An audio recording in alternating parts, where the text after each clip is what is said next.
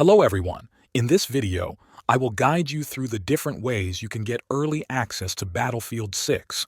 The first way was through Battlefield Labs. If you signed up before July 31st, 2025, you automatically secured access to the Battlefield 6 open beta. That sign-up date has already passed, so if you did not join before that deadline, this option is no longer available. Now let's talk about the remaining chance to get in. On August 7th and 8th, Battlefield 6 Twitch streams will have Twitch drops enabled. If you watch one of these streams for 30 minutes while your Twitch account is connected to your EA account, you may receive an early access code. Once you get the code, you can redeem it through your EA account and join the open beta before it becomes widely available. That is the full breakdown of how to get early access. If you joined before July 31st, you may already have access through Battlefield Labs.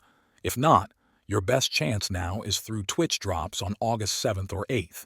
Make sure your accounts are linked, keep an eye on the eligible streams, and stay ready to claim your reward. Thanks for watching.